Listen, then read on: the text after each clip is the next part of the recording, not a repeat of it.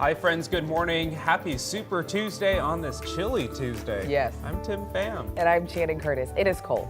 It is a cold Tuesday morning. Meteorologist Thomas Patrick has more about the cold. But Thomas, yesterday there was like a little bit of everything. We had snow, we had a grapple, we had a lot of grapple. A lot of grapple, but sunshine too. It was just everything. It was quite a bit of everything. And even into the early evening hours, there were these bands of snowfall that just kept adding and adding to especially what North Idaho and around Coeur d'Alene got in terms of that snowfall.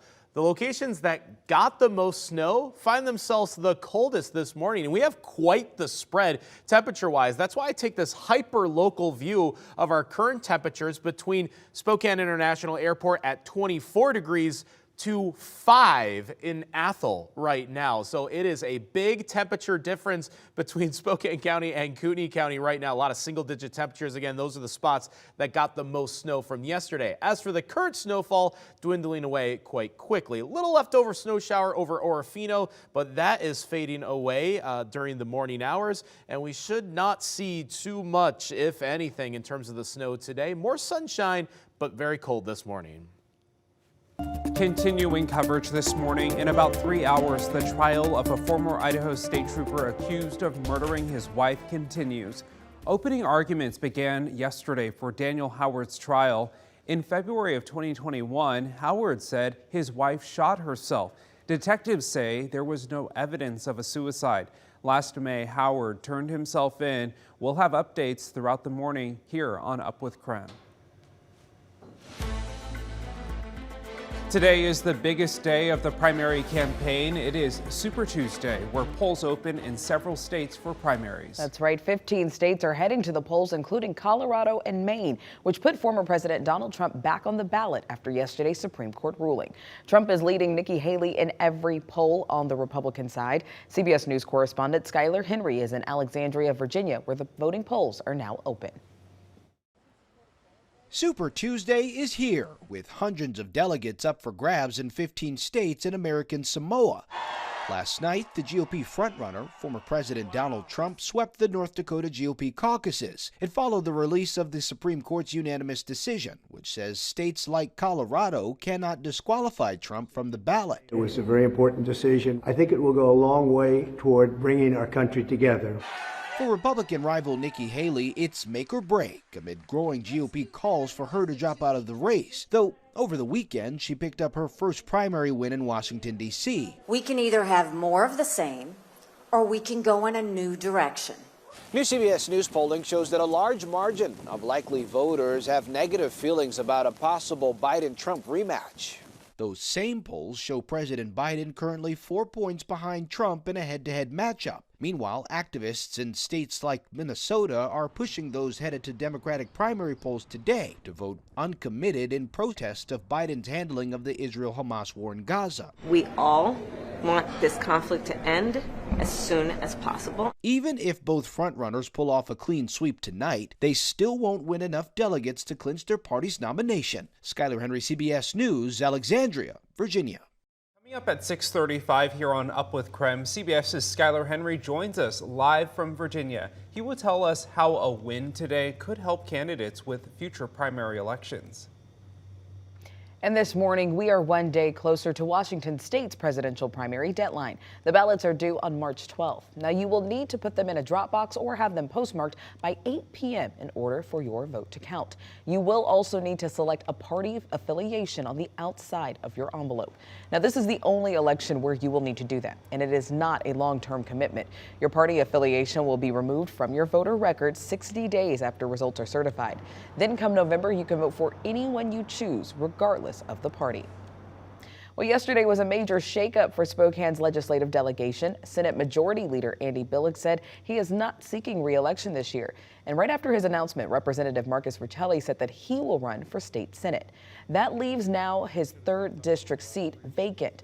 Former Spokane City Council President Ben Stuckert and Spokane Attorney Natasha Hill announced plans to run for his position. Hill ran against Representative Kathy McMorris Rogers back in 2022, and she's also the editor for the Black Lens in Spokane.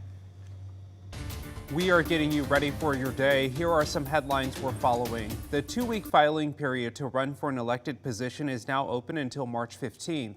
Candidates can follow all the filings on the Secretary of State's office website with a portal that captures candidate filings as they come in. This year, all 105 seats in the Idaho legislature are up for a vote. Idaho's primary election for legislative candidates take place on May 21st. Those who win will advance to the general election on November 5th. We are looking ahead to what's next. The U.S. Supreme Court will hear arguments in a case next month that could change how camping bans work in Spokane and other cities. Right now, cities across the western U.S. cannot enforce camping bans if they don't have enough shelter space. That's because of two similar Ninth Circuit Court rulings, one of which is being taken up by the Supreme Court. In Johnson v. Grants Pass, the Ninth Circuit Court ruled that fining people who have nowhere else to sleep is cruel and unusual punishment. Well, a happy reunion at the Spokane Valley Fire Department. Last Friday, Brad Holyoke suffered a medical emergency at home and collapsed face first into his bathtub. But thankfully, his wife was able to quickly call 911, and Spokane Valley firefighters were there within just minutes. Last week, the people who responded to the call surprised Brad at his home to check back in on him, and he had earlier stopped by Station 10 to say thank you to everyone for saving his life. At 6:07 this morning, we're continuing to follow the death of 54-year-old Lance Gitley. His family has now set up a GoFundMe. Gitley was killed in an avalanche on Friday. Boundary County Emergency Management says he was snowmobiling in the southern Selkirk Mountains with a friend when the avalanche started. This morning, we are waiting for updates on the massive wildfires in Texas. Crews there worked overnight to battle a new wildfire that briefly evacuated another city. We checked this morning and learned it's burned about 300 acres. New video shows firefighters working to put out the fire. This comes 1 week after a historic wildfire in the state. The deadly wildfire known as the Smokehouse Creek Fire is only 15% contained as of this morning and has burned more than 1 million acres. It's the state's largest fire in history. In the meantime, in Northern California, snow is the big story. The state has been hit with more than 10 feet of snow in some areas. Take a look at this solid wall of snow that's actually blocking this one man's office. The man says it's made it pretty difficult getting to and from work, and some ski resorts even closed over the weekend due to all of the snow they received.